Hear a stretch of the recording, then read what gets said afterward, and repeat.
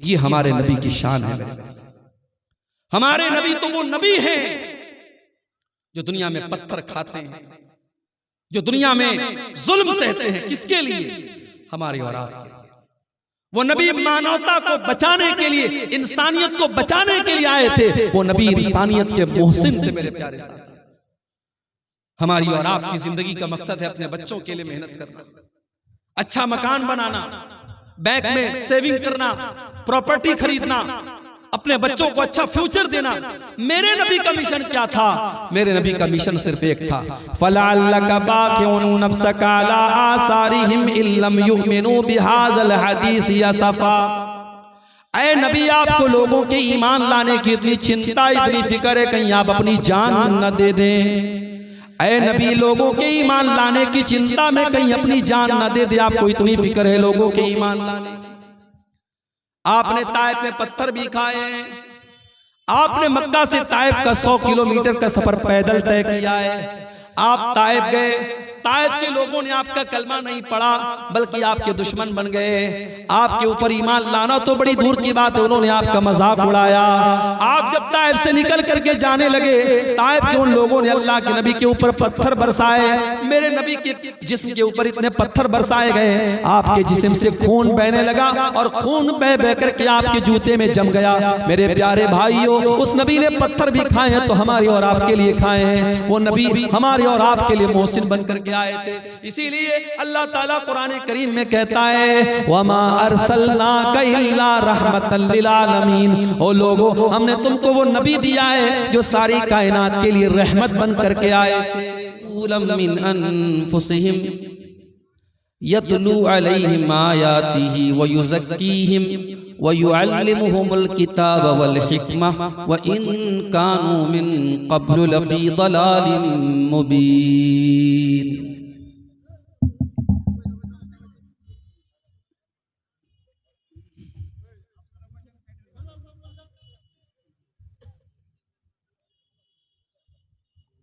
हो अरब या अजम, हर जगह पर गूंजता है तराना नबी का।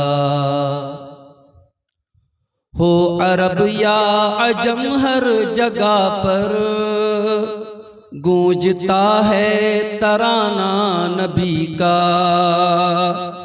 कल भी था ये ज़माना नबी का, आज भी है ज़माना नबी का।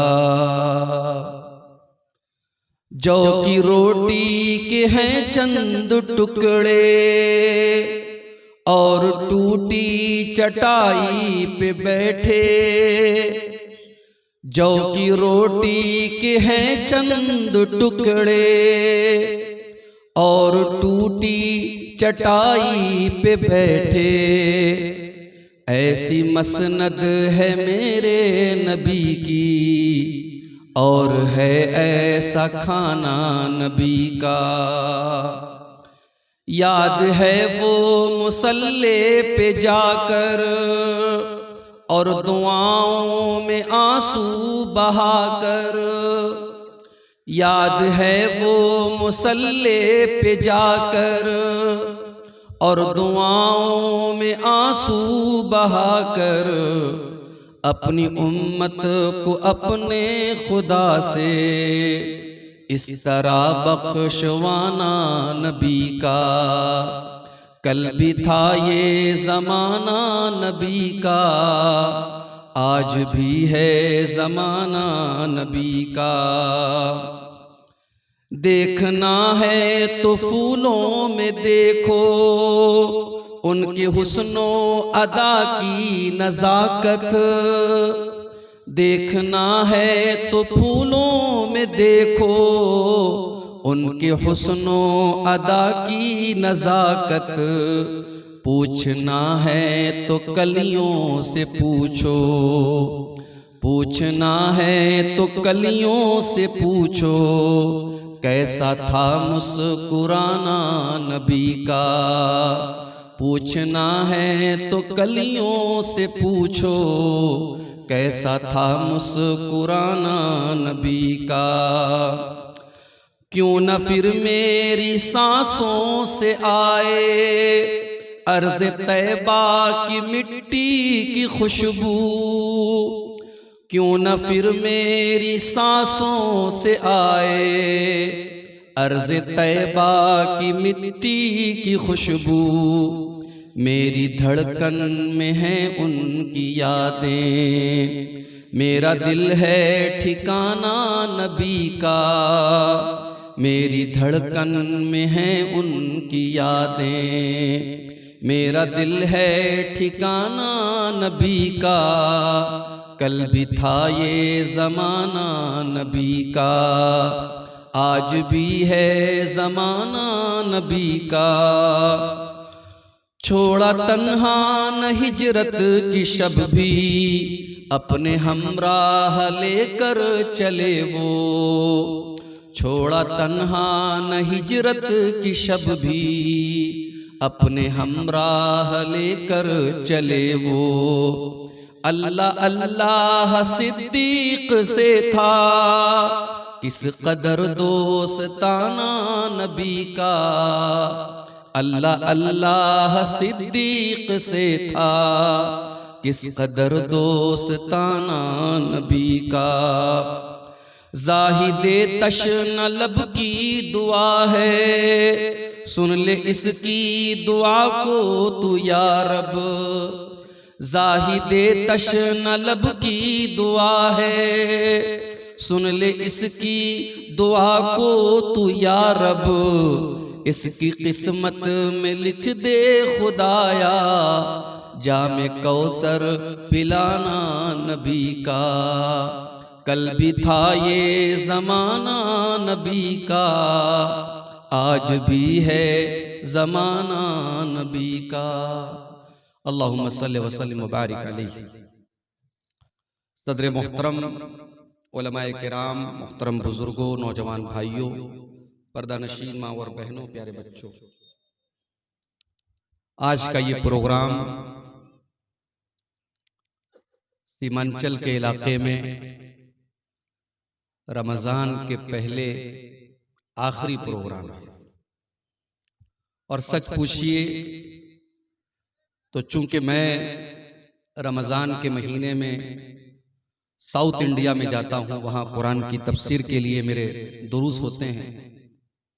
आज का ये प्रोग्राम मेरा इरादा नहीं था देने का, मगर हमारे इंतहाई मोहतरम और इस इलाके के बड़े हरदिल अजीज आलिम दीन शेख तौहीद आलम सलफ़ी हफ़िज़हुल्लाह के इसरार पर आज की ये तारीख मैंने दी।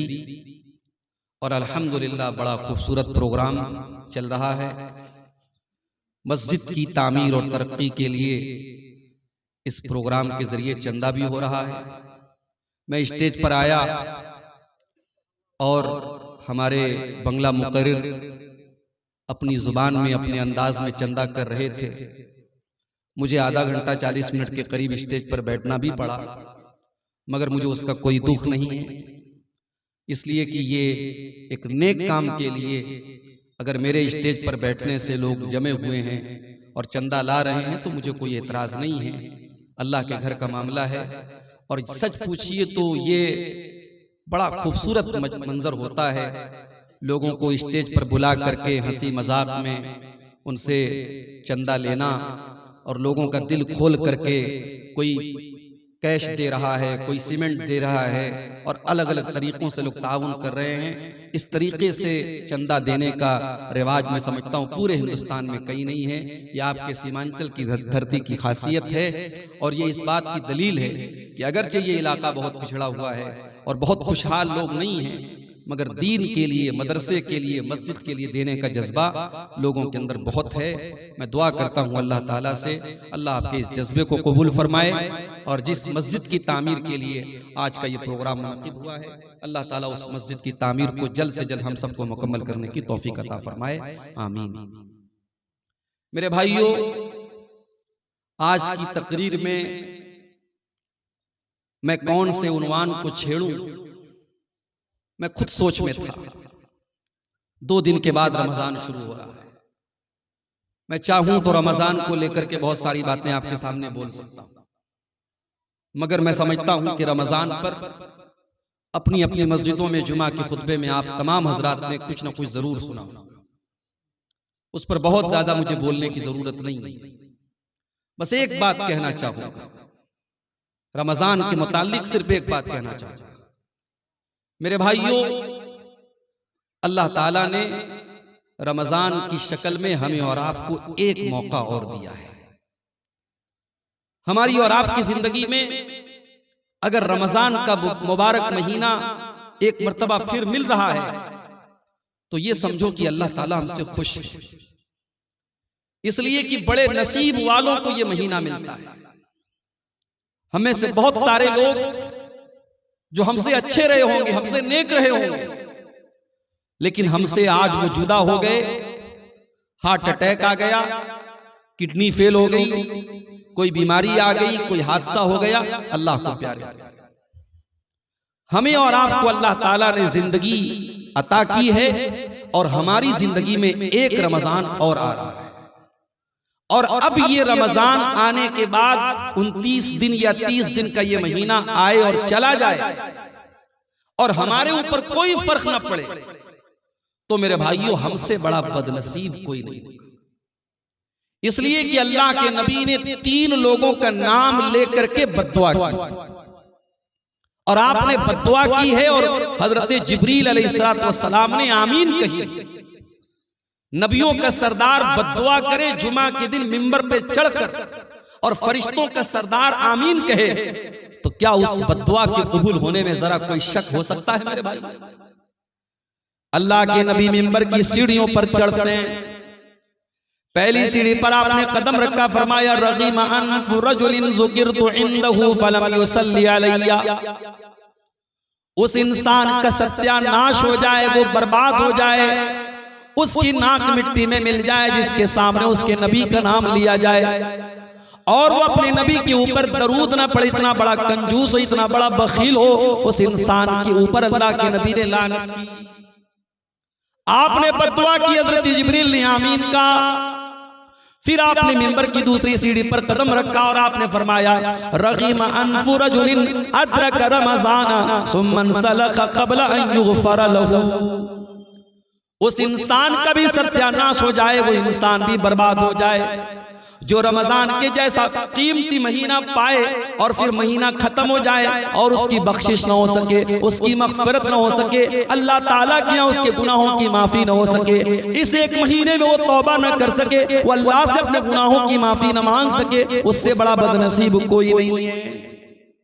और तीसरा आदमी वरजुलुन अदरक इंदहुल किबरा वालिदाहु, जिसके माँ बाप उसको बुढ़ापे में मिल जाएं, फलम युदखिलाहुल जन्नह, और उसे जन्नत में दाखिल न कर पाएं।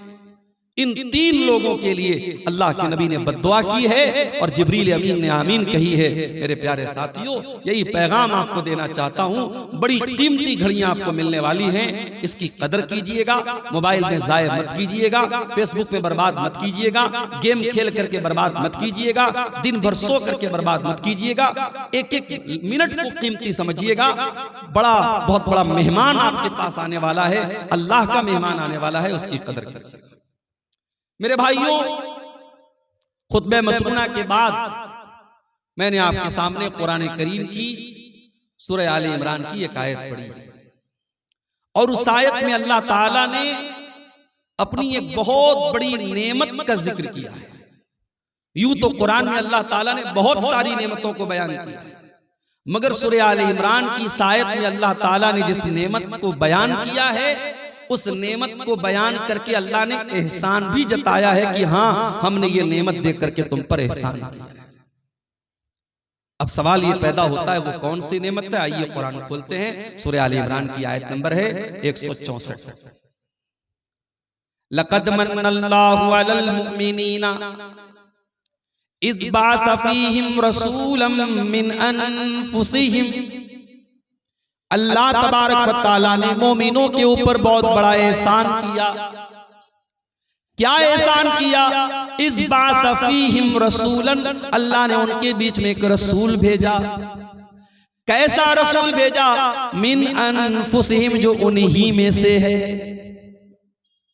ये कहने की क्या जरूरत थी कि उन्हीं में से है। ये कहकर के अल्लाह ताला ये बताना चाहता है कि मेरे बंदो, हमने जो रसूल भेजा, जो नबी भेजा, वो कोई फरिश्ता नहीं है, वो कोई नूर की मखलूक नहीं है, वो भी इंसान है। और जिस तरीके से तुम एक माँ बाप से पैदा हुए, वो भी आमना का और अब्दुल्ला का बेटा है। तुम बीमार पड़ते हो, मेरा नबी भी बीमार पड़ता है। तुम तकलीफ में होते हो, मेरे नबी को भी तकलीफ होती है। तुम्हें गुस्सा आता है, मेरे नबी को भी गुस्सा आता है। तुम शादी करते हो, मेरे नबी ने भी शादी की है। तुम्हारे बीवी बच्चे, मेरे नबी के भी बीवी बच्चे हैं। रसूलम मिन अनफुसिहिम, वो नबी तुम्हारे ही बीच में से है।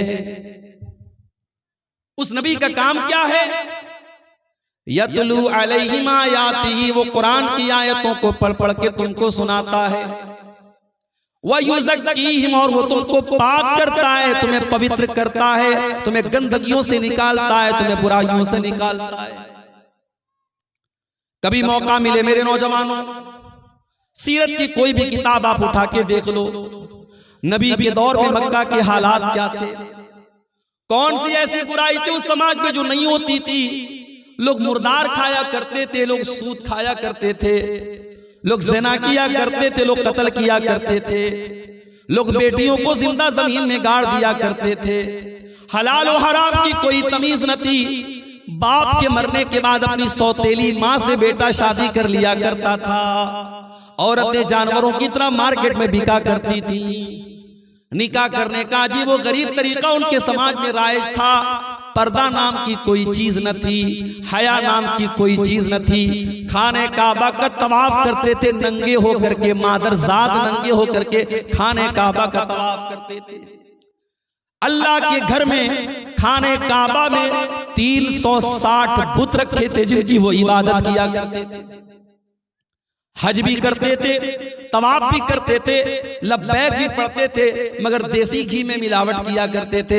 जब लब्बैक पढ़ते थे तो क्या कहते थे? लब्बैक अल्लाहुम्मा लब्बैक ला शरीक लक इल्ला शरीकन तमलिकुहु व मा मलक।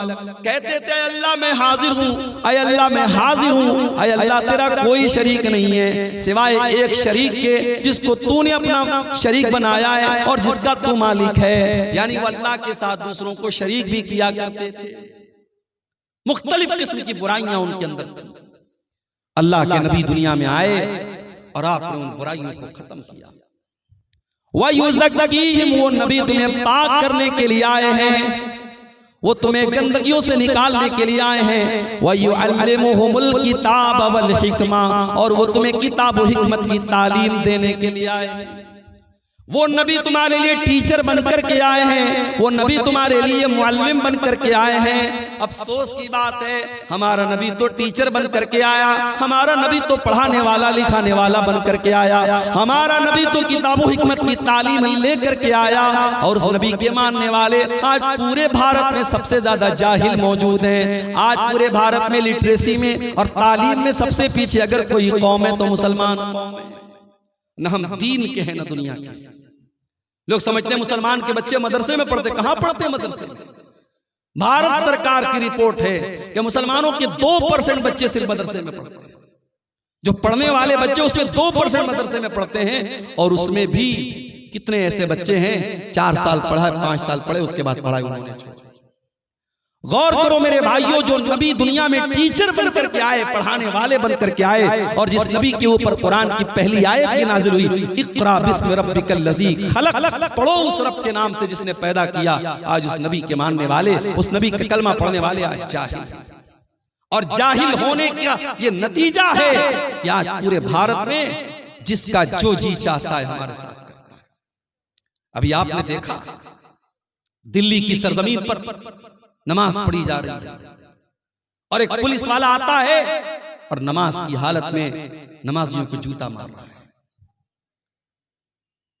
मैंने पढ़ा मीडिया में कि उसके खिलाफ कार्रवाई भी हो रही है, मगर आप ये देखिए कि नफरत किस लेवल तक पहुंच गई। मैं इसको सही नहीं ठहरा रहा हूं कि मुसलमान मस्जिद के बाहर सड़क पर क्यों सब बना रहा है, लेकिन हमें इस सवाल का भी जवाब तलाश करने की जरूरत है कि हमारे भारत में बहुत सारे त्योहार सड़क पर मनाए जा रहे हैं। हर तीसरे दिन कोई ना कोई त्योहार सड़क पर मनाया जा रहा है। अगर हफ्ते में या साल में एक नमाज अगर सड़क पर होती है तो इतना बड़ा कानून का उल्लंघन होता है कि तुम नमाजी को जूते से मारोगे। इसका मतलब ये हुआ इस्लाम के दुश्मनों को अगर चिढ़ है तो आपकी नमाज से, उनको नफरत है तो आपके शायर से है, उनको नफरत है आपकी इबादत से, आपकी नमाज से, उन्हें आपसे नफरत नहीं है। आप इस्लाम छोड़ दें, आप उनके रंग में रंग जाएं, आप शिर्क करने लगे, आप उनके बुतों के आगे सजदा करने लगे, आप उनकी नजर में महबूब हो जाएंगे। जब तक आप नमाज पढ़ रहे हैं, अल्लाह के आगे सर झुका रहे हैं, जब तक आपके अंदर तौहीद है, आप उनकी नजर में बुरे बने हैं। हालात ये, और हम साहब क्या कर रहे हैं? हम ये कर रहे हैं साहब कि हमारी कौम नाच गाने में लगी हुई है। अभी मैं एक इलाके में तकरीर करने गया, पूरा इलाका अहले हदीसों का इलाका है। मुझे लोगों ने कहा मौलाना आप तकरीर में बयान कर दीजिएगा, यहां शादी ब्याह में ढोल ताशा बजता है, नाच गाना होता है। अहले हदीसों की बस्ती है, कुरान और हदीस पर चलने का दावा करने वालों की बस्ती है। इसी झारखंड की सरजमीन पर मैं गया था और वहां लोगों ने बताया कि हमारे बस्ती में जब शादी होती है तो नाच गाना भी होता है, ढोल ताशा भी होता है। ये हालात हमारी कौम के हैं मेरे भाई। जरा गौर करो, जो नबी हमें गंदगियों से पाक करने के लिए आया था और जिस नबी से मोहब्बत का हम दावा करते हैं, उस नबी के मकाम को कभी समझा है मेरे भाई? वयुज़क्कीहिम वयुअल्लिमुहुमुल किताब वल हिकमा, हमने तुमको जो नबी दिया है वो तुम्हें पवित्र करने के लिए, पाक करने के लिए आया है, तुम्हें कुरान सिखाने के लिए आया है, तुम्हें हदीस सिखाने के लिए आया है। व इन कानू मिन क़ब्ल लफ़ी ज़लालिन मुबीन, उस नबी के आने के पहले तुम खुली हुई गुमराही में थे। एक सहाबी अल्लाह के नबी के पास आते हैं, अय अल्लाह के नबी मैंने इस्लाम लाने के पहले बहुत सारे गुनाह किए हैं, अय अल्लाह के नबी क्या मेरे गुनाह सब के सब तौबा से माफ हो जाएंगे? आपने फरमाया अतौबतु तादिमु मा क़ब्लहा, तौबा से पहले तुमने जितने गुनाह किए थे, सच्ची तौबा करने के बाद सारे गुनाह माफ हो जाएंगे। अय अल्लाह के नबी मैंने अपने हाथों से अपनी बेटी को जिंदा जमीन में गाड़ा था, मैंने अपनी बेटी को दफन किया था, अपनी बेटी को, अपनी मासूम बच्ची को अपने हाथों से कत्ल किया था, उसको गड्ढे में डाला था, उसको कब्र में जिंदा डाल दिया था। अय अल्लाह के नबी क्या मेरा ये गुनाह भी अल्लाह ताला माफ कर देगा? सहाबी बयान कर रहे हैं, आंखों से आंसू बह रहे हैं, अपनी मासूम बच्ची को याद करके रो रहे हैं। नबी अकरम की आंखों में भी आंसू आ गए। आपने फरमाया ऐ मेरे सहाबी, अल इस्लाम यहदिमु मा क़ब्लहु व तादिमु व तौबतु तादिमु मा क़ब्लहा, इस्लाम लाने के पहले तुमने जो गुनाह किए थे, इस्लाम लाने के बाद वो सारे के सारे माफ हो जाएंगे, और तौबा करने से पहले तुमने जो गुनाह किए थे, तौबा करने के बाद सब माफ हो जाएंगे। नबी अकरम तो इन रस्म और रिवाज को खत्म करने आए थे। जिस समाज में बेटियां पैदा होती थी तो समाज के लिए कलंक मानी जाती थी। बेटी पैदा होती थी, बेटी के बाप का चेहरा काला पड़ जाता था।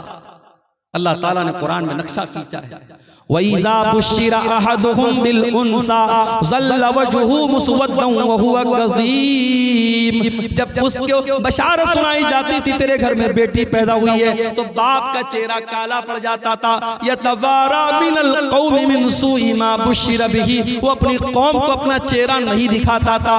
अयुमसिकुहु अला हूनिन अम यदुस्सुहु फित तुराब, कि क्या करूं अगर इस बेटी को पालता हूं तो समाज में जलील होना पड़ेगा, और दूसरा रास्ता यह कि अपनी बेटी को जिंदा जमीन में गाड़ दूं। वो जिंदा जमीन में गाड़ देते थे। मेरे नबी ने आकर के बताया कि नहीं, बेटी जमीन में गाड़ने वाली चीज नहीं है, बेटी तो रहमत होती है, बेटियां तो अनमोल होती हैं। मेरे नबी ने आके बताया मन आला जारियतैन हत्ता तबलुगा जा यौमल क़ियामत अना व हुवा कहातैन, जिसको अल्लाह ने दो बेटियां दे दी और दो बेटियों की उसने अच्छी परवरिश कर ली, दोनों बेटियां जवान हो गईं, उनकी अच्छी जगह उसने शादी कर दी। अल्लाह के नबी फरमाते हैं दो बेटियों का बाप क़यामत के दिन इस हाल में आएगा जैसे ये दोनों उंगलियां एक दूसरे के साथ मिली हुई हैं, दोनों उंगलियां जैसे एक दूसरे के साथ सटी हुई हैं, वो बेटियों का बाप अपने नबी के साथ आएगा क़यामत के दिन। आपने कुरान की आयत पढ़ के सुनाई, वइज़ल मौऊदतु सुइलत बिअय्यि ज़ंबिन क़ुतिलत, जब जिंदा जमीन में गाड़ी गई लड़की से पूछा जाएगा, जिस बेटी को उसके बाप ने जमीन में दबाया था, दफन किया था, उस बेटी से पूछा जाएगा बिअय्यि ज़ंबिन क़ुतिलत, ऐ कि ऐ बच्ची तुझे तेरे माँ बाप ने क्यों मारा था, तेरे बाप ने तुझे क्यों कत्ल किया था। मेरे नबी ने आकर के दुनिया का सबसे बड़ा पाप करार दिया कि कोई अपनी औलाद को कत्ल कर दे। आज भी कत्ल हो रही है औलाद, आज तरीका बदल गया है। वो क्या करते थे, पैदा होने के बाद मारते थे, हम पैदा भी नहीं होने देते, मां के पेट में मार देते। मेरे पास एक लेडी डॉक्टर का मैसेज आया व्हाट्सएप के ऊपर, हैदराबाद की रहने वाली है, अभी नई नई डॉक्टर हुई हैं, कहने लगी मौलाना साहब मेरे पास एबॉर्शन के बहुत सारे केस आते हैं, कुंवारी लड़कियां आ रही हैं, शादी नहीं हुई है, किसी के साथ नाजायज ताल्लुक हुआ, हमल ठहर गया, आकर के एबॉर्शन करवा रही है, मैं क्या करूं। मैंने कहा जायज नहीं है। मैंने कहा एक ही कंडीशन में ये चीज जायज हो सकती है, शादीशुदा औरत है और मियां बीवी के दरमियान ताल्लुक हुआ और सीरियस कंडीशन है, अगर हमल ठहरता है और पैदाइश होती है, औरत की जान को खतरा है, तो वहां शरीयत का उसूल है कि अगर मां को भी खतरा है और बच्ची मां के पेट में अभी बच्चा या बच्ची जो भी है, अगर छोड़ा जाता है तो मां की जान खतरे में पड़ेगी, तो मां को बचाया जाएगा और उस हमल को साकित कर दिया जाएगा। वो एक सीरियस कंडीशन की बात है, बाकी एबॉर्शन करना जायज नहीं। जानते हैं एबॉर्शन में क्या होता है? जाइए यूट्यूब पर आप वीडियो में देखते हैं, जब ये एबॉर्शन होता है तो अल्ट्रासाउंड के जरिए ये बताया गया, दिखाया गया कि उस मासूम बच्चे को मां के पेट में इस बेरहमी से मारा जाता है, उसके बदन के टुकड़े टुकड़े किए जाते हैं।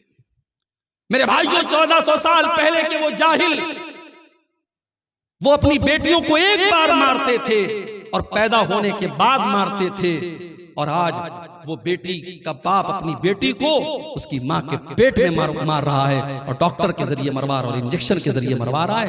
आज का इंसान इस कदर गिर चुका है मेरे भाई। आज औरतों के लोग बात करते हैं, अभी 8 मार्च को लोगों ने कहा वुमेन्स डे, महिला दिवस, महिला अधिकार दिवस, औरतों को अधिकार मिले। कौन से अधिकार की बात करते हैं?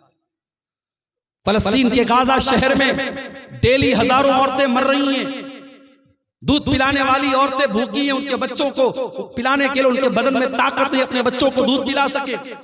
प्रेग्नेंट औरतें, हमल वाली औरतें हैं, पेट में बच्चा है, खाने को हफ्तों से न खाने को खाना है, न पीने को पानी है। 400, 500 औरतों पर एक लैट्रीन है।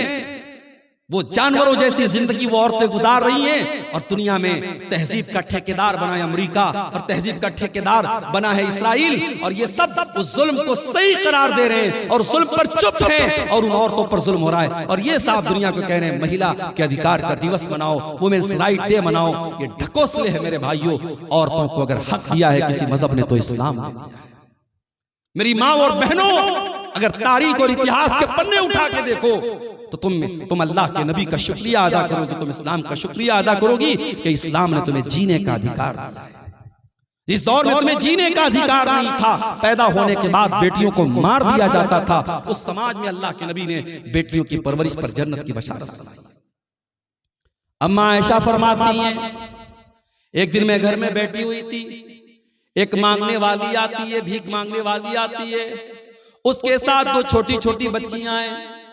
उसने मुझसे कुछ खाने को मांगा, मैंने घर में तलाश किया, मुझे एक खजूर मिली, मैंने वो खजूर उठा करके उस औरत को दे दी। उस औरत ने खजूर के 2 टुकड़े किए और दोनों बेटियों को दे दिया। वलम ताकुल मिनहा शैया, और खुद कुछ नहीं खाया।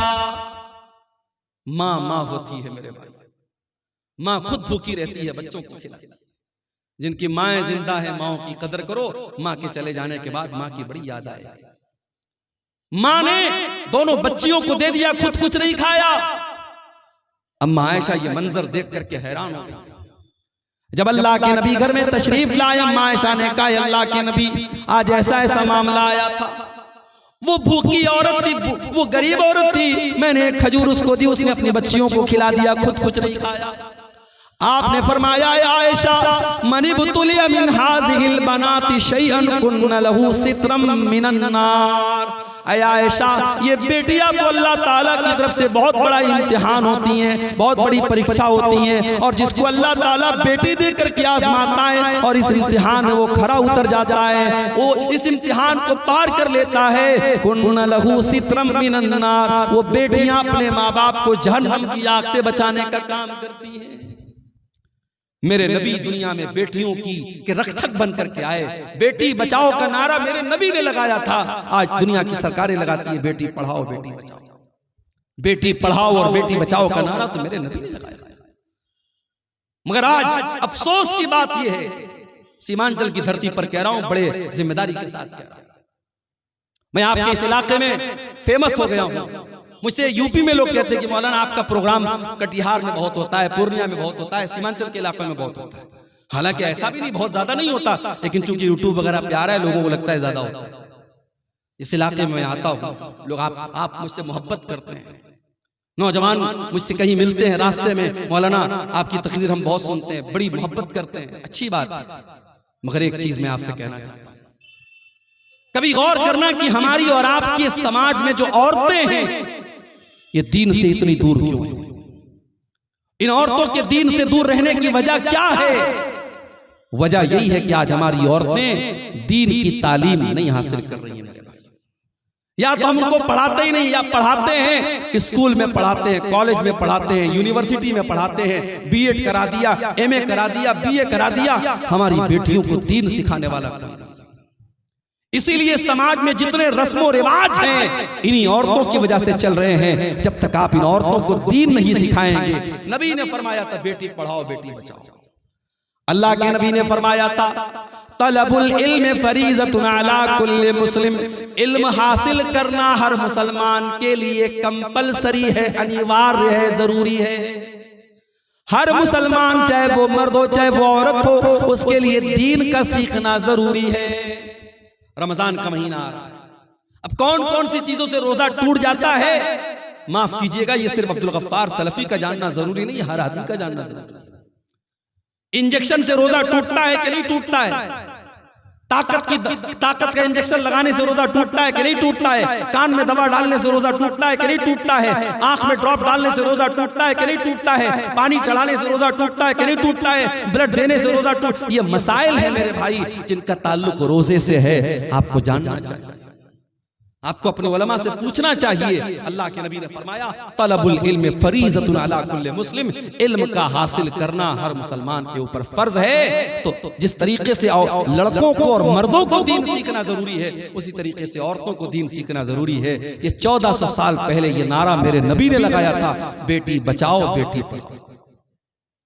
और आगे बढ़िए, जिस नबी का हम कलमा पढ़ते हैं, जिस नबी को हम मानते हैं, कभी गौर किया आपने उस नबी की शान क्या है? अभी एक बहुत बड़े हिंदुस्तान के मौलाना का बयान में सुन रहा था, जमीयत उलमाए हिंद के वो सेक्रेटरी हैं, सदर हैं, बड़े बुजुर्ग आलिम हैं, बड़ी इज्जत करता हूं मैं उनकी, मौलाना अरशद मदनी साहब, बूढ़े हैं, बुजुर्ग हैं, हिंदुस्तान में मुसलमानों के नुमाइंदा आलिम माने जाते हैं। उनका एक बयान में सुन रहा था, अपने तलबा को नसीहत कर रहे थे कि उलमाए देवबंद ने जो कह दिया है उसको पत्थर की लकीर समझ के उसको पकड़ लो, कहीं और मत जाना। क्या ये तासुब नहीं है मेरे भाई? क्या ये तासुब नहीं है कि आपने अपने उलमाए देवबंद को और अपने उलमा को मासूम का दर्जा दे दिया कि जो उन्होंने कह दिया वो पत्थर की लकीर है? अहले हदीस अगर खिलाफ है तो इसी के खिलाफ है मेरे भाई। अहले हदीस का यही दावा है कि अगर दुनिया में कोई ऐसी हस्ती है जो मासूम है तो वो हस्ती है जनाब मोहम्मद रसूलुल्लाह सल्लल्लाहु अलैहि वसल्लम। और मौलाना अल्ताफ हुसैन हाली ने 100 साल पहले नक्शा खींचा था और कहा था, नबी को जो चाहे खुदा कर दिखाए, इमामों का रुतबा नबी से बढ़ाएं, मज़ारों पे जा जा के नजरें चढ़ाएं, शहीदों से जा जा के मांगे दुआएं, न तौहीद में कुछ फर्क इससे आए, न इस्लाम बिगड़े न ईमान जाए। बिल्कुल सही कहा था मौलाना अल्ताफ हुसैन।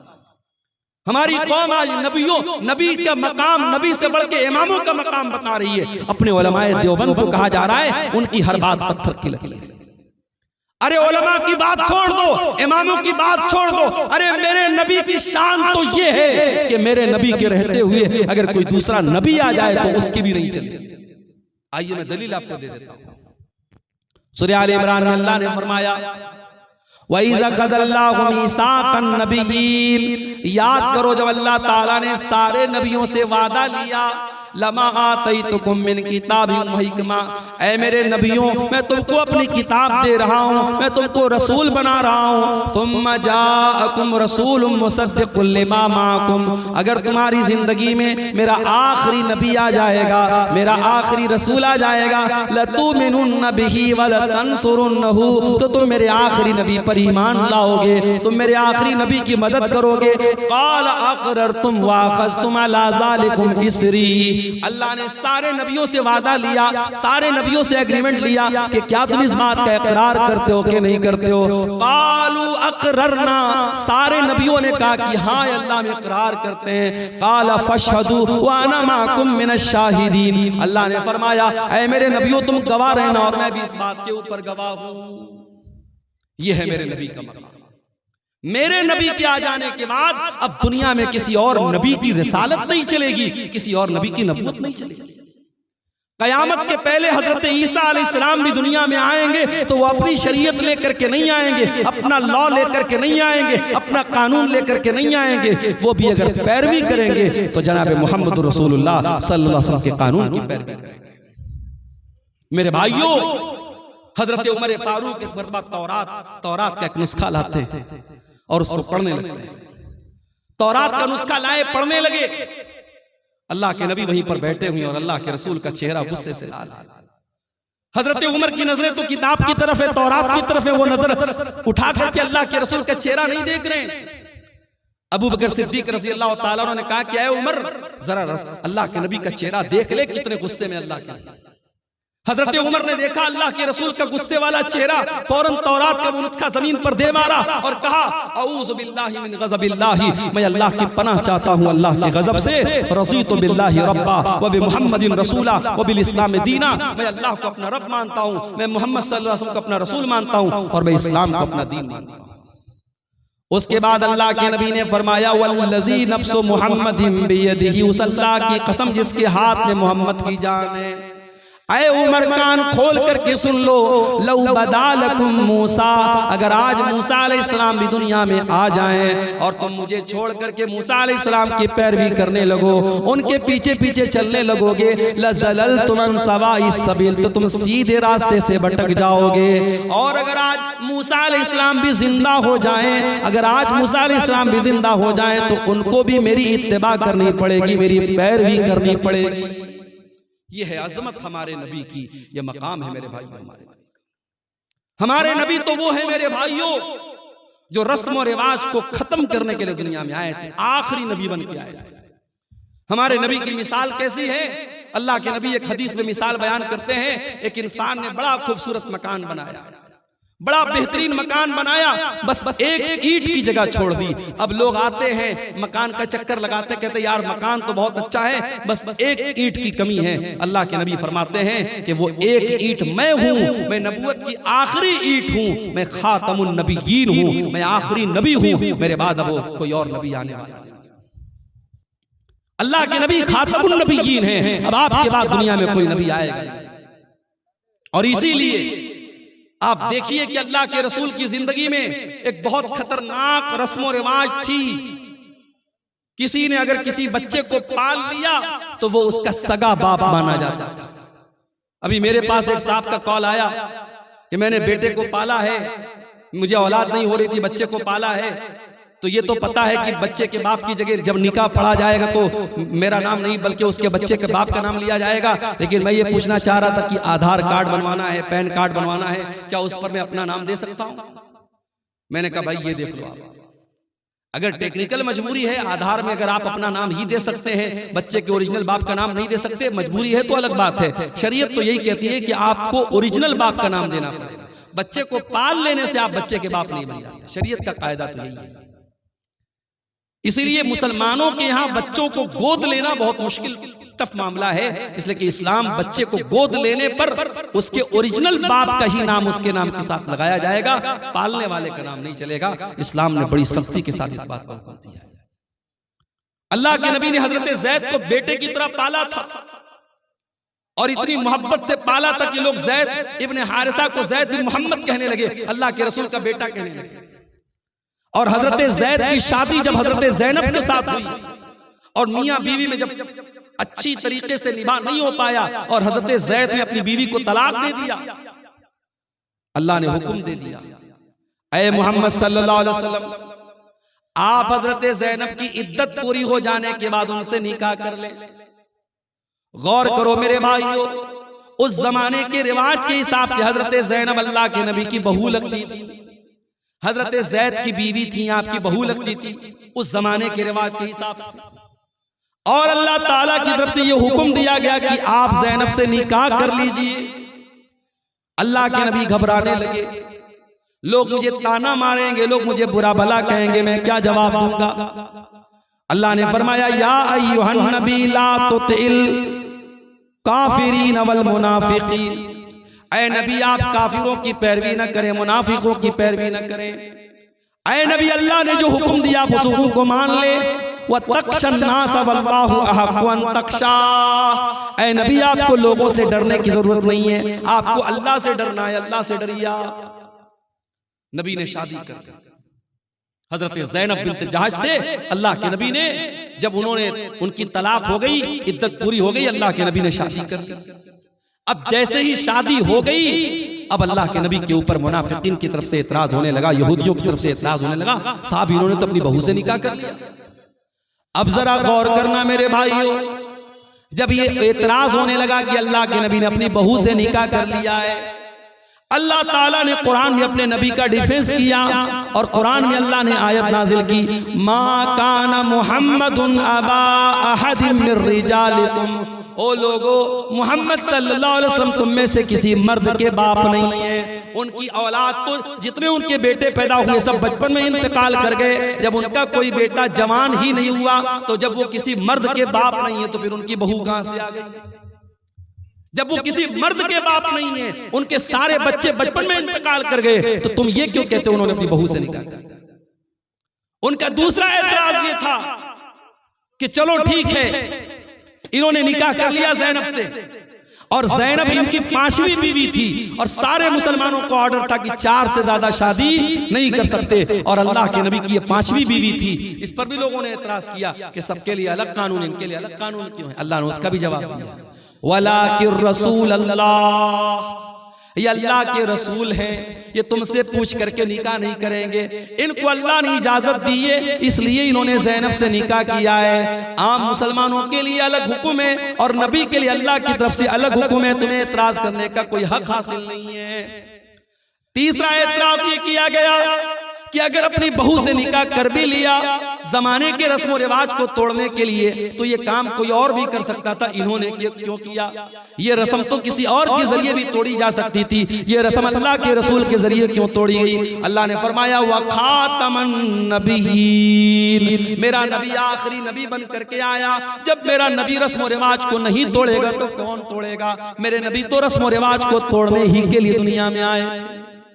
ये अलग बात है, वो नबी रस्म रिवाज को तोड़ने के लिए आए थे। उस नबी के उम्मती आज रस्म रिवाज को तोड़ने वाले नहीं बल्कि बढ़ाने वाले बढ़ा रहे हम रस्म रिवाज को।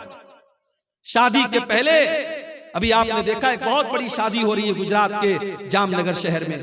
मुंबई और गुजरात के बहुत बड़े उद्योगपति घराने में शादी हो रही है और शादी में 9 अरब रुपये खर्च हो चुके हैं। अभी ये शादी के पहले के फंक्शन में 9 अरब रुपये खर्च हो चुके हैं। और ऐसा नहीं कि ये सिर्फ उनके दूसरे मजहब के लोगों में हो रहा है, मुसलमानों का भी बहुत बुरा हाल है। कलकत्ता के मटिया बुर्ज में मैं गया था, वहां लोगों ने मुझे बताया कि बहुत करोड़पति अरबपति मुसलमान ने अपनी लड़की की शादी की तो कई किलो उसने सोना अपनी बेटी को जहेज में दिया था। किलोग्राम नहीं, किलो में उसने अपनी बेटी को जेवरात से लाद दिया था अपनी बेटी को। कई शादी हो रही है तो जितने बाराती आ रहे हैं सब बारातियों को सूट दिया जा रहा है, सारे बारातियों को सोने की अंगूठी दी जा रही है। ये मुसलमानों क्या भी ये हाल हो रहा है मेरे भाई। आपके सीमांचल के इलाके में क्या जहेज की रस्म नहीं है? क्या हल्दी की रस्म नहीं है? क्या औरतें सिंदूर नहीं लगा रही हैं? क्या बिंदी नहीं लगा रही हैं? बंगाल में आप चले जाएं तो कहीं कहीं फर्क करना मुश्किल हो जाता है कि ये लड़की ये और मुसलमान है या गैर मुस्लिम है। जो नबी रस्म और रिवाज को तोड़ने के लिए आए थे, जो नबी हमें रस्म और रिवाज की बेड़ियों से आजाद करने के लिए आए थे, आज अफसोस की बात यह है उस नबी का कलमा पढ़ने के बावजूद और उस नबी से मोहब्बत का दावा करने के बावजूद आज हम रस्म और रिवाज की बेड़ियों में जकड़े हुए हैं और न जाने कौन कौन सी रस्म और रिवाज में हम पड़े। एक शादी में मैं गया बनारस में, हमारे खानदान में रिश्तेदारी में शादी थी, मैं गया तो शादी के पहले लड़की वाले बहुत सारा सामान तैयार करते हैं, लड़के वाले दुल्हन के लिए, बहू के लिए। तो उसमें देखा कि साहब दुल्हन के लिए एक सुहाग की पुड़िया तैयार हो रही है। वो कुछ सामान थे, कुछ जड़ी बूटियां वगैरह थी। मैंने पूछा ये क्या है? कहने लगे सुहाग की पुड़िया है। मैंने कहा इसमें क्या क्या है? पता लगा उसमें वो है जो बाल में लगाते हैं, सिंदूर है, बिदिया है। मैंने कहा ये क्या है? कहने लगे सुहाग की पुड़िया है। माफ करना मेरे भाइयों, इस्लाम में कोई सुहाग की पुड़िया नहीं होती। इस्लाम में एक शादीशुदा औरत के लिए सुहाग की कोई निशानी नहीं।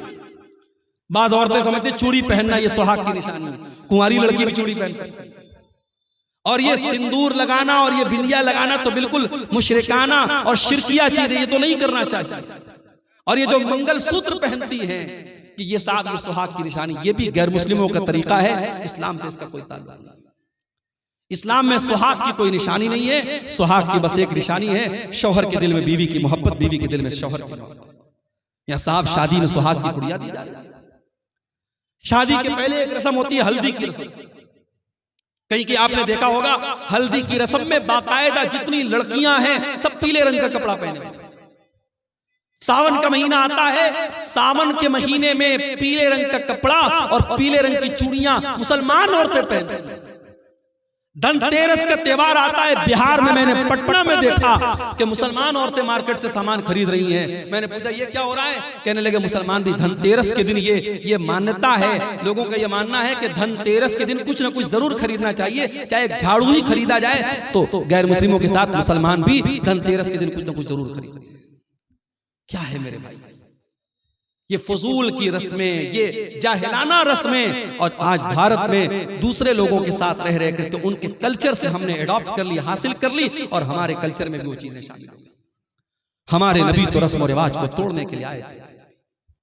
हमारे नबी की शान तो ये है, हमारे नबी का मकाम तो ये है कि जब आप मेराज के सफर पे गए तो बैतुल मुक़द्दस में सारे नबियों की मौजूदगी में अगर इमामत किसी ने कराई है, सारे नबियों का इमाम अगर कोई बना है तो जनाब मोहम्मद रसूलुल्लाह सल्लल्लाहु अलैहि वसल्लम ने।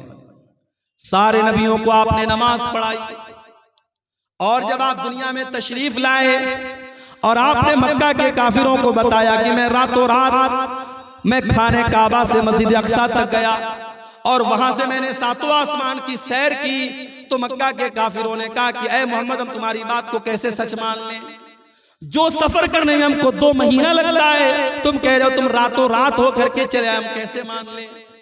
तो कुछ काफिरों ने अल्लाह के नबी का इम्तिहान लेने के लिए कहा कि ऐ मोहम्मद ये बताओ कि तुम बैतुल मुक़द्दस गए थे? आपने कहा गए थे। कहा तुमने देखा था? कहाँ देखा था? कहा अच्छा ये बताओ बैतुल मुक़द्दस में कितने दरवाजे, कितनी खिड़कियां हैं, कितने रोशनदान हैं? बैतुल मुक़द्दस के पूरब में क्या है, उसके पश्चिम में क्या है, उसके उत्तर में क्या है, उसके दक्षिण में क्या है, उसमें कितने दरवाजे हैं? अब जाहिर है आपके गांव में मैं पहली मर्तबा आया हूं और आप मुझे अपनी मस्जिद में नमाज पढ़ने के बाद जलसे में लेके चले आए, और फिर उसके बाद मैं 1 साल के बाद आपसे मिलूं या 1 महीने के बाद आपसे मिलूं, और आप क्या मौलाना साहब आप सोहरा डांगी आए थे, हमारी मस्जिद में आप आए थे, बताइए मस्जिद में खंबे कितने थे, मस्जिद में पंखे कितने थे? मैं कैसे बता पाऊंगा भाई? मैं मस्जिद में पंखे गिनने थोड़ी गया था, मैं खंबा गिनने थोड़ी गया था, मैं नमाज पढ़ने गया था, चला आया। मक्का के काफिरों ने अल्लाह के नबी से ऐसे सवालात करने शुरू किए। अल्लाह के नबी फरमाते मैं बहुत परेशान हो गया कि मैं इनके सवालों का क्या जवाब, अगर जवाब नहीं देता हूं तो ये मुझे झूठा बना देंगे कि साहब ये तो झूठ बोल रहे हैं, और जवाब मैं दूं तो कैसे दूं, मुझको तो याद भी नहीं है। तो अल्लाह तबारक व तआला ने दुनिया का पहला वीडियो अल्लाह के नबी के सामने लाकर रखा, अल्लाह के नबी फरमाते हैं कि बैतुल मुक़द्दस का पूरा वीडियो, मैं वीडियो अपनी ज़बान में कह रहा हूं, अल्लाह के नबी ने फरमाया कि बैतुल मुक़द्दस का पूरा व्यू, पूरा मंजर मेरे सामने रख दिया गया, और जो जो वो सवाल करते थे बैतुल मुक़द्दस का वो मंजर अल्लाह ताला मेरे सामने ले आता था। वो पूछते थे कितने दरवाजे हैं, मैं गिन के बता देता था इतने दरवाजे। वो पूछते थे कितने खंबे हैं, मैं गिन के बता देता था इतने खंबे। ये हमारे नबी की शान है। हमारे नबी तो वो नबी हैं जो दुनिया में पत्थर खाते हैं, जो दुनिया में जुल्म सहते हैं। किसके लिए? हमारी और आपके लिए। वो नबी मानवता को बचाने के लिए, इंसानियत को बचाने के लिए आए थे। वो नबी इंसानियत के मोहसिन थे मेरे प्यारे साथी। हमारी और आपकी जिंदगी का मकसद है अपने बच्चों के लिए मेहनत करना, अच्छा मकान बनाना, बैंक में सेविंग करना, प्रॉपर्टी खरीदना, अपने बच्चों को अच्छा फ्यूचर देना। मेरे नबी का मिशन क्या था? मेरे नबी का मिशन सिर्फ एक था, फलअल्लका बाक़िउन नफ्सका अला आसारिहिम इल्लम युमिनू बिहाज़ल हदीस यसफ़ा। ऐ नबी, आपको लोगों के ईमान लाने की इतनी चिंता, इतनी फिक्र है, कहीं आप अपनी जान न दे दें। ऐ नबी, लोगों के ईमान लाने की चिंता में कहीं अपनी जान न दे दे। आपको इतनी फिक्र है लोगों के ईमान लाने की। आपने ताइफ में पत्थर भी खाए हैं, आपने मक्का से ताइफ का 100 किलोमीटर का सफर पैदल तय किया है। आप ताइफ गए, ताइफ के लोगों ने आपका कलमा नहीं पढ़ा बल्कि आपके दुश्मन बन गए। आपके ऊपर ईमान लाना तो बड़ी दूर की बात है, उन्होंने आपका मजाक उड़ाया। आप जब ताइफ से निकल करके जाने लगे, ताइफ के उन लोगों ने अल्लाह के नबी के ऊपर पत्थर बरसाए। मेरे नबी के जिस्म के ऊपर इतने पत्थर बरसाए गए, आपके जिस्म से खून बहने लगा और खून बह बह करके आपके जूते में जम गया। मेरे प्यारे भाइयों, उस नबी ने पत्थर भी खाए हैं तो हमारे और आपके लिए खाए हैं। वो नबी हमारे और आपके लिए मोहसिन बन करके आए थे। इसीलिए अल्लाह ताला कुरान करीम में कहता है, वमा अरसलनाका इल्ला रहमतल लिल आलमीन। ओ लोगों, हमने तुमको वो नबी दिया है जो सारी कायनात के लिए रहमत बन करके आए थे, रहमत बन करके आए थे। और ये मत समझो कि नबी सिर्फ इंसानों के लिए रहमत बन करके आए थे, नबी तो जानवरों के लिए भी रहमत बन करके आए थे। अभी खेरिया हाट से हम गुजरे, हमारे एक भाई ने कहा, मौलाना साहब यहाँ मवेशियों की मार्केट लगती है और जो जानवर को जो बेचने वाले होते बड़ा जुल्म करते हैं जानवरों के साथ। वल्लाह जब हम ये सुनते हैं तो तकलीफ होती है। हमारे नबी ने जानवरों के साथ भी जुल्म करने की तालीम नहीं दी। अरे जिस नबी के उम्मती जानवर के साथ जुल्म नहीं कर सकते, उस नबी के उम्मती आतंकवादी और दहशतगर्द कैसे हो सकते? मेरे नबी ने तो एक बकरे को ज़बह करने के टाइम भी हुक्म दिया है कि बकरे को ज़बह करने के टाइम छुरी तेज कर लो, बकरे के सामने छुरी मत तेज करो ताकि उसको डबल डबल तकलीफ ना हो। जानवर को ज़बह करना है, हलाल करना है। अल्लाह ने उसको हमारे लिए हलाल बनाया है, उसका गोश्त हम खाएंगे, मगर उसको हलाल करने का, ज़बह करने का भी तरीका बताया है अल्लाह के नबी ने। उसमें तरीका ऐसा बताया उसको तकलीफ ना हो। और आज मेडिकल साइंस भी ये कहती है कि जो झटके से जानवर को मारते हैं, कभी आप YouTube पर देखिए, जो झटके से जो मारा जाता है और गर्दन के ऊपर ऐसे जो है वो जो चापड़ होता है और उससे मारते हैं, तो वो जो तरीका जानवर को मारने का होता है और जो इस्लाम का तरीका है गले पर छुरी चलाने का, दोनों में बहुत फर्क है। और इस्लामी तरीके में जानवर की जान फौरन निकल जाती है, उसको तकलीफ नहीं होती। जानवरों के साथ भी अल्लाह के नबी ने रहम का बर्ताव करने को। सफर में आप जा रहे, अचानक एक जगह से चींटियों के पास से आप गुजरे, सहाबे किराम को चींटी काटने लगी, सहाबे किराम ने आग लगाई और चींटियों को जला दिया। अल्लाह के नबी को पता चला, अपने सहाबा को डांटा और आपने कहा कान खोल करके सुन लो, आग का अजाब आग का रब ही दे सकता है, आग का अजाब कोई और नहीं दे सकता। चींटी को भी जलाने का आपको अधिकार नहीं है, चींटी को जला नहीं सकते। उसी सफर में अल्लाह के नबी जा रहे थे, एक सहाबी ने एक लाल चिड़िया के बच्चों को ले लिया और लाल चिड़िया जब अपने घोंसले में आई, बच्चों को नहीं देखा, फड़फड़ाने लगी। अल्लाह के नबी की नजर चिड़िया के ऊपर पड़ी। आपने कहा इसके बच्चे को किसने छीना है? एक सहाबी ने कहा अल्लाह के नबी मैंने छीना है। आपने फरमाया जाओ उसके बच्चों को लौटा दो। एक चिड़िया को उसके बच्चे से जुदा करने की तालीम मोहम्मद रसूलुल्लाह ने नहीं दी है। जो एक चिड़िया को उसके बच्चों से दूर करने की तालीम नहीं दे सकते हैं, वो किसी माँ से उसके बच्चे को दूर करने की तालीम कैसे दे सकते हैं? अल्लाह के नबी फरमाते हैं, एक औरत ने बिल्ली को पकड़ा और बिल्ली को बांध दिया, कैद कर दिया, न खाने को देती थी न पीने को देती थी, यहां तक कि बिल्ली मर गई। अल्लाह के नबी फरमाते वो बुढ़िया जहन्नम में जाएगी, एक बिल्ली को बेवजह मारने की वजह से वो जहन्नम में जाएगी। दूसरी हदीस में अल्लाह के नबी फरमाते हैं एक फाहिशा औरत ने, एक बदचलन औरत ने, जब वो कुएं से पानी निकाल रही थी, एक कुत्ता प्यास से मर रहा था, उसने अपने चमड़े के मोजे में पानी निकाला और कुत्ते को पिला दिया। उसके इस अमल की वजह से अल्लाह ताला ने उस फाहिशा औरत को बख्श दिया, उसको माफ कर दिया। ये मेरे नबी की रहमत है। जानवरों के साथ भी अच्छा सलूक करने की आपने तालीम दी, और जानवर ही नहीं, मेरे नबी तो बेजान चीजों के लिए भी रहमत बन करके आए। वो हदीस आपने सुनी होगी, अल्लाह के नबी खजूर के तने पर खड़े होकर खुतबा देते थे। एक औरत की नजर पड़ी, उसने देखा अल्लाह के नबी खजूर के तने पर खड़े होकर खुतबा देते हैं। उसने कहा, अरे अल्लाह के नबी हमें अच्छा नहीं लगता है, आप खजूर के तने पर खड़े होकर के खुतबा दे, हमें अच्छा नहीं लगता है। उस औरत का बेटा बढ़ई का काम करता था, उसने कहा अल्लाह के नबी मैं अपने बेटे से कह करके एक बेहतरीन मिंबर आपके लिए बनवा दूंगी। पता ये चला कि आपके उलमा और आपके रहनुमा अगर तकलीफ में और मुसीबत में हैं तो आप ये मत कह के पल्ला झाड़ दीजिए कि साहब हमसे क्या मतलब है। अगर आपके उलमा को जरूरत है आपकी तो आप उनकी मदद कीजिए। सहाबे किराम अपने नबी को अगर देखते थे कि यहाँ मेरे नबी को किसी चीज की जरूरत है तो सहाबे किराम अपने नबी की मदद करते थे। यहाँ हालात क्या है, लॉकडाउन लगा, मस्जिदों में पढ़ाने वाले इमाम और मदरसे में प्राइवेट पढ़ाने वाले टीचर 5,000 10,000 जिनकी तनख्वाहें थी, लॉकडाउन में उनकी तनख्वाहें बंद हो गई। मस्जिद की कमेटी ने कह दिया मौलवी साहब हमारे पास पैसा नहीं है, मदरसे वालों ने कह दिया हमारे पास बजट नहीं है। कितने मदरसे में पढ़ाने वाले मौलवियों को मैं जानता हूं, उन्होंने कर्जे ले लेकर के लॉकडाउन का टाइम गुजारा। कितने मस्जिदों के इमाम को मैं जानता हूं, उन्होंने लोगों के सामने हाथ फैला करके अपना काम चलाया मेरे भाई।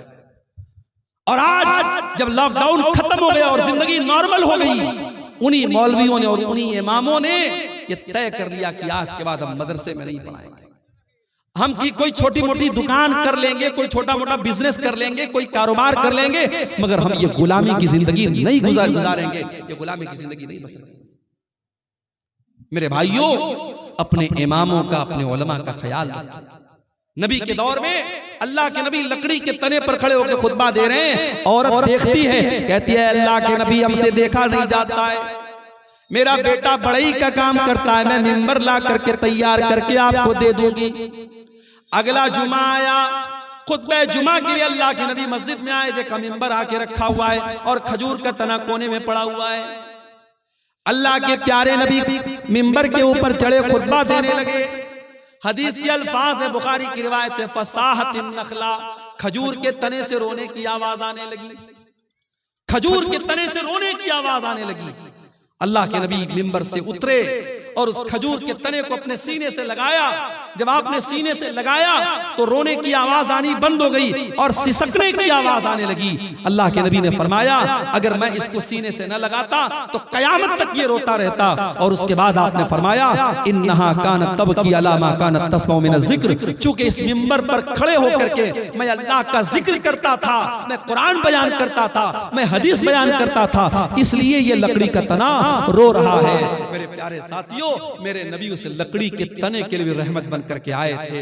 हम और आप इतने बड़े बदनसीब हैं कि आज उस नबी, जो नबी जिस नबी से लकड़ी का तना भी मोहब्बत करता था, हम इतने बड़े बदनसीब हैं कि उस नबी से का नाम तो हम लेते हैं, उस नबी से मोहब्बत का दम तो भरते हैं, मगर उस नबी की सुन्नतों से हम पीछे हैं, उस नबी के तरीके से हम पीछे हैं। न हमारी शादी ब्याह उस नबी के तरीके के मुताबिक है, न हमारा लेन देन उस नबी के तरीके के मुताबिक है, न हमारा अखलाक उस नबी के तरीके के मुताबिक है। हमारा नौजवान तो नौजवान 60 साल के बूढ़े जब सैलून में जाते हैं और सैलून में जाकर के अपनी दाढ़ी को मुड़ाते हैं और क्लीन शेव होते हैं, उन्हें शर्म आनी चाहिए, उन्हें गैरत आनी चाहिए और उन्हें सोचना चाहिए कि उनके नबी ने कहा था कि दाढ़ी को छोड़ दो, उनके नबी ने मना किया था कि दाढ़ी को मत छेड़ो, दाढ़ी को मत काटो, दाढ़ी को मत मूड़ो। जिस नबी ने दाढ़ी को छोड़ने का हुक्म दिया था, आज उस नबी के उम्मती सैलून में जाकर के दाढ़ी साफ करवा रहे हैं। जिस नबी ने सारी जिंदगी पाक दामनी की जिंदगी गुजारी थी, जो नबी इतने हयादार थे कि अल्लाह के नबी के बारे में सहाबा कहते हैं कि कुंवारी लड़की से भी ज्यादा आप शर्मीले थे। आज उस नबी के मानने वाले और उस नबी का कलमा पढ़ने वाले बेशर्म होते चले जा रहे हैं, बेगैरत होते चले जा रहे हैं। इस कौम की लड़कियों को देख लो, इस कौम के लड़कों को देख लो, आज बेहया होते चले जा रहे हैं। मेरे प्यारे साथियों, उस लकड़ी के तने को भी अपने नबी से मोहब्बत थी। अगर हमें मोहब्बत होती तो हम भी उस नबी के तरीके पर चलते और आगे बढ़े। वो नबी हमसे बहुत मोहब्बत करते थे, वो नबी हमें बहुत चाहते थे। अल्लाह ने कुरान में फरमाया, लक़द जाअकुम रसूलुम मिन अनफुसिकुम अज़ीज़ुन अलैहि मा अनित्तुम हरीसुन अलैकुम बिल मुमिनीना रऊफुर रहीम। ऐ मुसलमानों, हमने तुमको वो रसूल दिया है जो जान से ज्यादा तुमसे मोहब्बत करते हैं, जो तुम्हें फायदा पहुंचाने की पूरी कोशिश करते हैं, जो तुम्हें तकलीफ से बचाना चाहते हैं। अल्लाह के नबी की सीरत में आप ये वाक़यात देखिए। मिसवाक से आप कितनी मोहब्बत करते थे।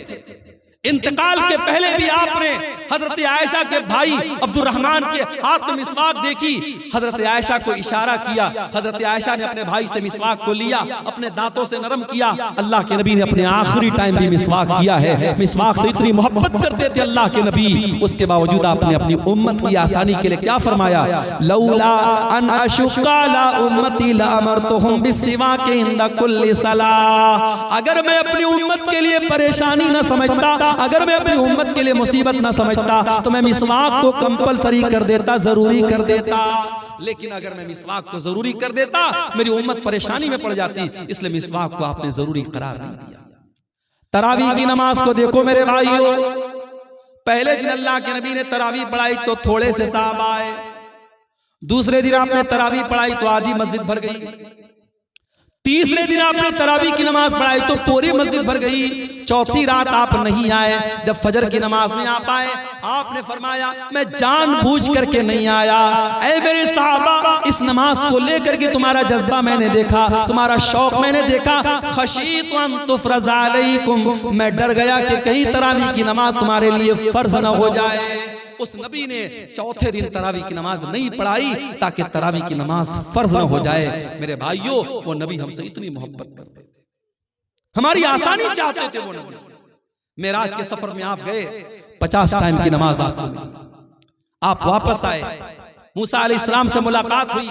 मूसा अलैहिस्सलाम ने कहा कि ऐ मोहम्मद सल्लल्लाहु अलैहि वसल्लम, कितना आपको क्या हुक्म मिला अल्लाह ताला की तरफ से? कहा कि 50 टाइम की नमाज मिली। कहा कि आपकी उम्मत नहीं पढ़ पाएगी। मैंने बनी इसराइल को आजमाया है, मैंने तजर्बा किया है, बनी इसराइल को मैंने बहुत आजमाया है, आपकी उम्मत 50 टाइम की नमाज नहीं पढ़ पाएगी, आप जाइए अपने रब से कम करवाइए। अगर अल्लाह के रसूल को खुद पढ़ना होता 50 पढ़ने में आपको कोई दिक्कत नहीं थी, अपनी उम्मत की आसानी के लिए आप गए और 50 में 10 कम करवा के 40 लेके आए। हजरत मूसा ने कहा 40 भी नहीं पढ़ पाएगी, वापस जाइए। आप फिर गए, 40 में से 10 और कम करवा के लाए, 30 हो गई, 30 से 20 हो गई, 20 से 10 हो गई, 10 से 5 हो गई। 5 टाइम की नमाज भी जब अल्लाह के नबी लेकर के आए, हजरत मूसा ने कहा ऐ मोहम्मद सल्लल्लाहु अलैहि वसल्लम, आपकी उम्मत 5 टाइम की नमाज भी नहीं पढ़ पाए। और वाकई 5 टाइम की नमाज भी आज नहीं पढ़ पा रहे। बड़े कारोबारी हैं हम, बड़े बिजनेसमैन हैं, दुकान पर बैठे हुए हैं, हय्या अलस सलाह की आवाज आ रही है, मगर हमें नमाज पढ़ने की फुर्सत नहीं है। रात को 2-2 बजे तक हमारे नौजवान मोबाइल पे लगे हुए हैं और फजर के टाइम 5 साढ़े 5 बजे जब फजर की अजान हो रही है और मुअज्जिन कह रहा है अस्सलातु खैरुम मिनन नौम, नमाज नींद से बेहतर है। 2 बजे तक 3 बजे तक रात में जागने वाला मुसलमान फजर की नमाज में सोया हुआ है। मेरे प्यारे भाइयों, मूसा अलैहिस्सलाम को कितना बेहतरीन तजर्बा था अपनी कौम का। उन्होंने कहा आपकी उम्मत 5 टाइम की नमाज भी नहीं पढ़ पाए।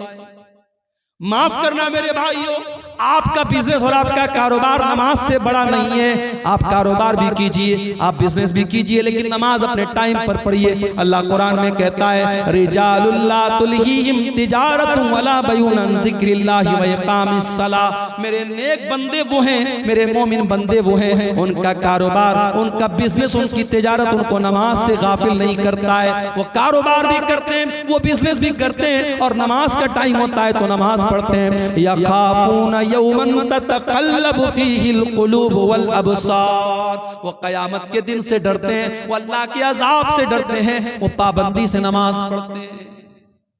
नमाज के सिलसिले में आप कोई ढिलाई मत कीजिए मेरे भाई। सऊदी अरब का एक वाक़या एक आलिम ने लिखा वहां के कि एक मर्तबा मैं फ्लाइट में सफर कर रहा था और मेरे साथ एक फौज का रिटायर कर्नल था जो पहले फौज में काम करता था, मेरे साथ वो बैठा था। कहते मैंने फ्लाइट में सफर किया, फ्लाइट से हम लोग उतरे, एयरपोर्ट पर काफी देर तक हम बैठे थे, दूसरी फ्लाइट का इंतजार कर रहे थे। मैंने एक बात नोटिस की कि थोड़ी थोड़ी देर पर वो इंसान किसी को फोन करता है और कहता है कि बेटा आपने नमाज पढ़ लिया। बार बार जोहर का टाइम आया, बेटे से पूछ रहा है नमाज पढ़ लिया, असर का टाइम आया, बेटा पूछ रहा है नमाज पढ़ लिया। मैंने पूछा ये किससे आप बार बार पूछ रहे हैं? फौज का रिटायर कर्नल था सऊदी अरब का। उसने उस मौलाना को जवाब दिया कि हाँ, ये मैं अपने बेटे को कॉल करता हूं और मैं हर नमाज के टाइम मेरा मामूल है अपने बेटे को कॉल करके पूछता हूं कि तूने नमाज पढ़ी कि नहीं पढ़ी है। तरबियत इसको कहते हैं मेरे भाई। अपने बच्चों को अच्छा खिला देना, अच्छा पहना देना, अच्छे स्कूल में एडमिशन करा देना, उनके घर बना देना, उनके लिए LIC ले लेना, उनके लिए बैंक बैलेंस बना देना, माफ करना, तरबियत यही नहीं है। तरबियत ये भी है कि आप अपने बच्चों की आखिरत की फिक्र करें, अपने बच्चों की नमाज की फिक्र करें। इसीलिए अल्लाह कुरान में कहता है वअमुर अहलका बिस्सलाति वस्तबिर अलैहा, खुद भी नमाज की पाबंदी करो और अपने बच्चों को नमाज का पाबंद बनाओ। अल्लाह के नबी फरमाते हैं मुरू औलादकुम बिस्सलाति वहुम अबनाउ सबई सिनीन, जब तुम्हारे बच्चे 7 साल के हो जाएं उनको नमाज का हुक्म दो, वज़रिबूहुम अलैहा, और जब 10 साल के हो जाएं और नमाज ना पढ़े तो उनकी पिटाई करो। अच्छा, 7 साल के बच्चे को पीटने का हुक्म नहीं दिया अल्लाह के नबी। हमारे यहाँ 6-6 साल के बच्चे स्कूल जाते हैं, सर्दी के मौसम में 5 बजे स्कूल की वैन आती है, माँ जबरदस्ती, बच्चा आंख मल रहा है, उसकी नींद अभी लग रही है, माँ तैयार करती है, ड्रेस पहनाती है, स्कूल का बैग देती है, जबरदस्ती उसको वैन में बिठाती है।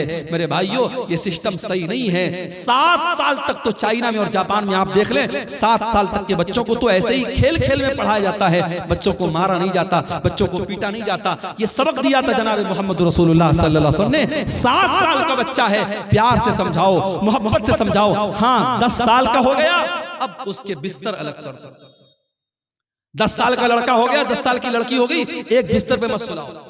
2 लड़के हैं, एक बिस्तर पे मत सुलाओ, बिस्तर अलग कर दो, चादर अलग कर दो, कंबल अलग कर दो। हमें बड़ी हैरत हो रही है साहब, 10 साल का लड़का हो गया तो क्या हो गया, हम बिस्तर क्यों अलग कर दें? इस्लाम वहां से शुरू होता है जहां से आपके सोचने की सरहदें खत्म हो जाती हैं। इस्लाम वहां से शुरू होता है। 10 साल का लड़का जो होता है समझदार होने लगता है, उसके अंदर फिजिकल चेंजेस आने लगते हैं। 10 साल की लड़की अब धीरे धीरे बालिग हो रही है। इस्लाम ने कितना पाकीज़ा मजहब है, 10 साल का लड़का या लड़की हो जाए, इस्लाम कहता बिस्तर अलग कर दो, ताकि अब वो जवानी की तरफ जब बढ़े तो उनके दिल में कोई गलत ख्याल ना आए, और एक बिस्तर पे अगर सोएंगे तो उनके दिल में गलत ख्यालात पनप सकते हैं। इस्लाम ने बिस्तर को अलग करने का हुक्म दिया, और अल्लाह के नबी ने कहा 10 साल का बच्चा हो जाए और नमाज न पढ़े तो उसकी पिटाई। हमें वो नबी मिले हैं मेरे भाई, वो नबी मिले हैं जो हमसे इतनी मोहब्बत करते हैं, हमें ऐसी शरीयत दे करके गए, ऐसा दीन दे करके गए, उस दीन में कदम कदम पर हमारे लिए आसानी है मेरे भाई। अभी हमने देखा दिल्ली के अंदर जो वाकया हुआ कि सड़क पर लोग नमाज पढ़ रहे हैं और पुलिस वाले ने अपने जूते से नमाजी को मारा। हमें बड़ा गुस्सा आया, बड़ा जलाल आया, मगर हम यहाँ पर एक बात ये भी कहेंगे, ये इस्लाम की तालीम नहीं है कि आप पब्लिक प्लेस में नमाज पढ़ें। अगर आपकी नमाजी ज्यादा हो रहे हैं, जुमा में 2 जमात आप कर ले, ईद में 2 जमात कर ले, सड़क पे आप नमाज ना पढ़ें। हम अपने मुसलमान भाइयों को ये समझाएंगे कि आपका सड़क पर नमाज पढ़ना सही नहीं है, लेकिन हम साथ में अपने सरकार से, हुकूमत से ये भी कहेंगे कि ये भारत में कानून एक होना चाहिए, 2 तरीके का कानून नहीं होना चाहिए। किसी मजहब के त्योहार तो खुलेआम सड़कों पर मनाए जाएं और त्योहार मनाने वालों पर फूलों की बारिश की जाए, और दूसरे मजहब का मुसलमान अगर हफ्ता में जुमा की एक नमाज पढ़ ले तो आपका पुलिस वाला उसे जूतों से मार रहा है। ये 2 तरीके के कानून नहीं चलेंगे मेरे भाई। और अगर मान लो हालात कभी दुनिया में ऐसे आ जाएं, सारी मस्जिदें खत्म हो जाएं और सारे जितनी अल्लाह की मस्जिदें हैं सारी मस्जिदों को लोग ढा दे, गिरा दे, तब भी माफ करना नमाज बंद होने वाली नहीं। इसलिए कि अल्लाह के नबी फरमाते हैं 6 चीजें अल्लाह ताला ने मुझको ऐसी दी है जो किसी और नबी को नहीं दी गई। ओती तो सित्तन लम योतहुन्न आदुन क़बली, 6 चीजें अल्लाह ताला ने स्पेशल मुझको दी जो किसी और नबी को नहीं दी। नंबर 1, ओती तो जवाब अल कलिम, अल्लाह ताला ने मुझको जवाब उल कलिम दिया है। अल्लाह के नबी की जुबान से छोटे छोटे जुमले निकला करते थे, लेकिन माना बहुत बड़ा बड़ा होता था। छोटी छोटी बातें, जैसे मिसाल के तौर पे अल्लाह के नबी ने फरमाया इन्नमल अमालु बिन्नियात, अमल का दारो मदार नियत पर। छोटी सी हदीस है, लेकिन इसके माना और मतलब बहुत बड़ा बड़ा है। दूसरी चीज, वह नुसिर तो बिर्रोब मसीरत शहर, और मेरे दुश्मन के दिल पर मेरा रोबो दबदबा डाल दिया गया है। मेरा दुश्मन 1 महीने की दूरी पर भी अगर मुझसे हो, उसके दिल में मेरा रोबो दबदबा डाल दिया गया है। तीसरी चीज, वजुइलत लियल अर्ज़ु मस्जिदन व तहूरा, और सारी की सारी जमीन मेरे लिए मस्जिद बना दी गई है। मुसलमान नमाज पढ़ने के लिए मस्जिद का मोहताज नहीं है। कहीं पर भी जंगल में चला जाए, पहाड़ पे चला जाए, दुनिया के किसी भी कोने में चला जाए, नमाज का टाइम हो गया, नमाज वो कहीं पर भी पढ़ सकता है। पाक साफ जगह होनी चाहिए। अगर पानी नहीं मिल रहा है, उसके लिए सारी जमीन पाक बनाई गई, वो कहीं पर भी जमीन पर हाथ मार करके तयम्मुम कर सकता है। सारी जमीन उसके लिए पाक बनाई गई, सारी जमीन उसके लिए मस्जिद बनाई गई। ये हमारे इस्लाम की खासियत है। हमारा दीन बड़ा आसान दीन है। जाड़े का मौसम है, हमने मोजा पहना है, सफर में हम निकले हुए हैं, मोजा नहीं उतार रहे हैं। इस्लाम कहता कोई मसला नहीं, तुम्हें पैर धोने की जरूरत नहीं है। वजू करके अगर आपने मोजा पहना है और सफर की हालत में आप हैं, तो 3 दिन तक आप उसी मोजे को पहने रहिए और उस पर मसा कर लीजिए, पैर को धोने की जरूरत नहीं है। हाँ, अगर अपने घर में है तो 24 घंटे तक आप मसा कर सकते हैं। 24 घंटे के बाद आप मोजा उतार लीजिए, पैर धो के फिर से मोजा पहन लीजिए, वजू करके फिर से पहन लीजिए। आसानियां हैं हमारे दिन में। सफर में हम निकले, अभी हमारे कटिहार के बाद आबाब हैं, कल हम लोग जहां से जुमा पढ़ के जामताड़ा गए थे, 350 किलोमीटर दूर गए थे, सफर में निकले हैं। नमाज का टाइम हुआ, हम 4 रकात वाली नमाज को 2 रकात पढ़ेंगे। सुन्नत पढ़ने की जरूरत नहीं है, फजर की सुन्नत पढ़ेंगे, बाकी कोई सुन्नत पढ़ने की जरूरत नहीं है। 4 रकात वाली को 2 रकात पढ़ेंगे, जोहर और असर को इकट्ठे पढ़ लेंगे, मगरिब और इशा को इकट्ठे पढ़ लेंगे। आसानियां हैं कदम कदम पर हमारी शरीयत में। मेरे प्यारे साथियों, यही बात है जो अल्लाह कुरान में कह रहा है, लक़द जाअकुम रसूलुम मिन अनफुसिकुम अज़ीज़ुन अलैहि मा अनित्तुम, हमने तुमको वो नबी दिया है जो तुम्हें जान से ज्यादा प्यार करता है। औरत प्रेग्नेंट है, रोजा रखेगी, बच्चे को तकलीफ पहुंचेगी, बच्चे को दूध पिला रही है, रोजा रखेगी, बच्चे को दूध नहीं पिला सकती है। इस्लाम कहता कोई मसला नहीं है, औरत बाद में रोजा पूरा कर लेगी। इस्लाम उसको कज़ा करने का और बाद में रोजा पूरा करने का हुक्म देता है। औरत पीरियड में है, उसकी कमजोरी का दिन है, उसकी बीमारी का दिन है, चिड़चिड़ापन रहता है, बदन में कमजोरी रहती है, ब्लड आता रहता है, दर्द होता रहता है। इस्लाम ने कहा कोई मसला नहीं, जितने दिन उसको पीरियड आ रहा है वो नमाज नहीं पढ़ेगी, रोजा नहीं रखेगी, रोजा बाद में पूरा करेगी। कदम कदम पर हमारी शरीयत में मेरे भाइयों आसानी रखी गई। वो नबी हमारी आसानी का बड़ा ख्याल रखते थे और वो नबी हमसे बहुत मोहब्बत करते थे। वो रातों को उठ करके हमारे लिए रोया करते थे। मेरे भाई, मेरे नबी रात को उठ करके दुआ किया करते थे, अल्लाह मेरी उम्मत का क्या होगा। और अल्लाह ताला अपने नबी को तसल्ली देता था कि आप अपनी उम्मत के लिए परेशान मत होइए, हम आपकी उम्मत के बारे में आपको खुश कर देंगे। शायर ने कितनी सच्ची बात कही है, सलाम उस पर जो उम्मत के लिए रातों को रोता था, सलाम उस पर जो फर्शे खाक पर जाड़े में सोता था, सलाम उस पर कि जिसके घर में चांदी थी न सोना था, सलाम उस पर कि टूटा बोरिया जिसका बिछौना था। मेरे प्यारे भाइयों, उस नबी से हमें वाकई में सच्ची मोहब्बत करनी चाहिए, उस नबी से वाकई में सच्ची मोहब्बत करनी चाहिए। और वो नबी सिर्फ दुनिया में हमारे काम नहीं आ रहे हैं, बल्कि आखिरत में भी हमारे काम आएंगे। अल्लाह के नबी फरमाते हैं, अना सय्यदु वलद आदम यौमल क़ियामा, क़यामत के दिन सारे आदम की औलाद का सरदार मैं रहूंगा। व अव्वलु मन यनशक्कु अन्हुल क़ब्र, और क़यामत के दिन सबसे पहले मेरी कब्र फटेगी। व अव्वलु शाफ़ईन, और क़यामत के दिन जब सारे नबी अपना पल्ला झाड़ लेंगे और कह देंगे मैं आज किसी की सिफारिश नहीं कर सकता, तो सबसे पहले मैं सिफारिश करूंगा और सबसे पहले मेरी सिफारिश कबूल की जाएगी। वो नबी क़यामत के दिन भी हमारे काम आएंगे। शायर कहता है, बरोज़े क़यामत बजुज़ नफ़सी नफ़सी, किसे याद आएगी असलम किसी की। बरोज़े क़यामत बजुज़ नफ़सी नफ़सी, किसे याद आएगी असलम किसी की। न भूलेंगे जिसको नबी ये मुकर्रम, वो उम्मत नहीं है तो फिर और क्या है। जुबां पर है नाते नबी ये मुकर्रम, ये उल्फत नहीं है तो फिर और क्या है। वो नबी हमसे बड़ी मोहब्बत करते थे मेरे भाई। अल्लाह के नबी फरमाते हैं कि अल्लाह ताला ने हर नबी को एक दुआ ऐसी दी जिसके कबूल करने की गारंटी ले ली, और हर नबी ने अपनी उस दुआ को दुनिया में मांग लिया। अल्लाह के नबी फरमाते हैं कि मैंने अपनी दुआ को संभाल के रखा है। सारे नबियों ने अपनी दुआ को मांग लिया, लेकिन मैंने अपनी दुआ को संभाल के रखा है। किसके लिए?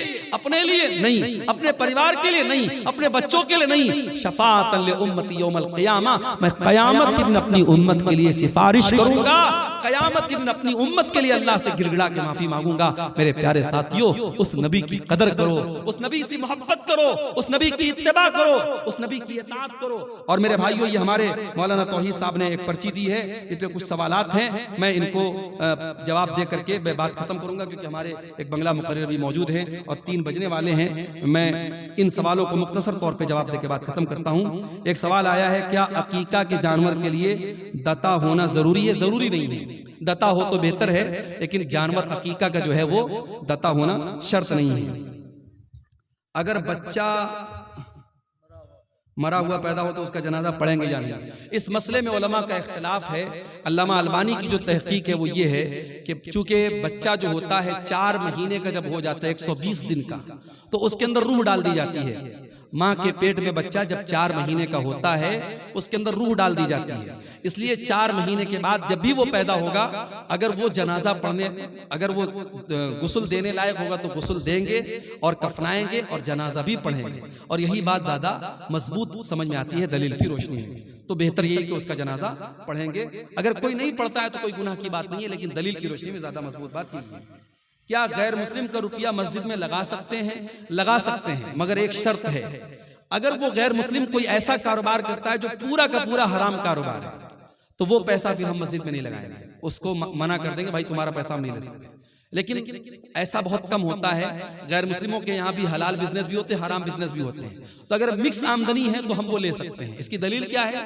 नबी के दौर में मक्का के काफिरों ने अल्लाह के घर को, खाने काबा को बनाया था आपस में चंदा करके, लेकिन वो लोग भी खाने काबा की बड़ी इज्जत करते थे, तो उन्होंने हलाल आमदनी से ही बनाया था। तो अल्लाह के नबी ने जब खाने काबा को फतह किया, तो आपने खाने काबा को ये कह के गिरा नहीं दिया कि वो उनकी आमदनी से बना है, उनके चंदे से बना है। आपने उस बिल्डिंग को बरकरार रखा। तो ये अमल इस बात की दलील है कि गैर मुस्लिम का चंदा भी हम ले सकते हैं। शर्त ये है कि उसकी आमदनी है हलाल आमदनी भी शामिल हो। अगर मुकम्मल हराम की आमदनी है तो फिर हम उसका चंदा नहीं लेंगे। गाय या बैल का अकीका दे सकते हैं या नहीं?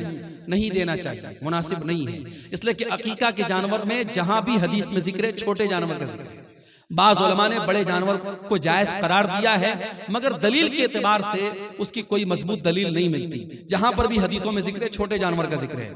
आप बकरा बकरी कर सकते हैं, भेड़ा भेड़ी कर सकते हैं, दुम्बा वगैरह कर सकते हैं, लेकिन बड़े जानवर का सबूत अकीका में नहीं मिलता है। क्या सरदार के पास फितरा जमा करके क्या करेंगे? इसको तकसीम करेंगे। देखिए, फितरा के सिलसिले में हदीस में सिर्फ इतना आता है कि हर मुसलमान पर, चाहे वो मर्द हो, चाहे वो औरत हो, चाहे वो बच्चा हो, चाहे वो जवान हो, फितरा फर्ज है। नबी के दौर में इसकी एक इज्तिमाई शक्ल होती थी। लोग अल्लाह के नबी के पास जमा करते थे और वहां से वो गरीबों को दिया जाता था। तो आज अगर आप वो शक्ल अपना रहे हैं, अपने सरदार के पास इकट्ठा कर रहे हैं और वहां से वो गरीबों को दिया जा रहा है, बहुत अच्छी बात है। हाँ, तो कोई हर्ज की बात नहीं, इसमें कोई दिक्कत की बात नहीं है, इज्तिमाई शक्ल में दिया जा सकता है। शर्त यह है कि उसका, देखिए, ज़कात एक अलग चीज होती है। फितरा की रकम हम सिर्फ फकरा और मसाकिन को दे सकते हैं। फितरा की रकम मस्जिद में नहीं दे सकते। फितरा की रकम से इमाम की तनख्वाह नहीं दे सकते। फितरा की रकम से किसी मौलवी को नजराना नहीं दे सकते। जो गरीब और फकीर और मिस्कीन लोग हैं, उनकी जरूरतों को हम फितरा से पूरा कर सकते हैं और किसी मसरफ में उसको नहीं लगा सकते। कोई हर्ज की बात नहीं, अपने से बांट सकते हैं। क्या मैयत के नाम से इफ्तार करा सकते हैं? मैयत की तरफ से जो आम सदका और खैरात किया जाता है, तो बहुत सारे अहले इल्म ने ये कहा है कि इफ्तार भी एक तरीके से लोगों को खाना खिलाना है, और वो भी एक तरीके से अगर हम किसी गरीब को खिला रहे तो सदका है। तो इस एतबार से मैयत की तरफ से भी हम इफ्तार करा सकते हैं। लेकिन बहरहाल इफ्तार चूंकि एक मखसूस इबादत है और मुस्तकिल तौर पर हमें कोई ऐसी दलील नहीं मिलती कि नबी के सहाबा ने अपने मरे हुए माँ बाप की तरफ से या रिश्तेदारों की तरफ से इफ्तार कराया हो, इसलिए इफ्तार जिंदे ही की तरफ से किया जाए। इंसान अपनी तरफ से करे तो बेहतर है। अपने मुर्दा लोगों की तरफ से अगर कुछ करना है तो गरीबों में पैसा बांट दे, गरीबों को खाना दे दे। इफ्तार कराने में जो है परहेज किया जाए तो ज्यादा बेहतर है। तो ये चंद बातें थी सीरत नबी के मौजू के ताल्लुक से। अल्लाह से हम दुआ करते हैं रब्बुल आलमीन हम सबको अपने नबी से सच्ची मोहब्बत करने की तौफीक अता फरमाए। जो बातें हमने सुनी हैं अल्लाह ताला उन पर अमल करने की तौफीक अता फरमाए। आमीन व आखिर दावा।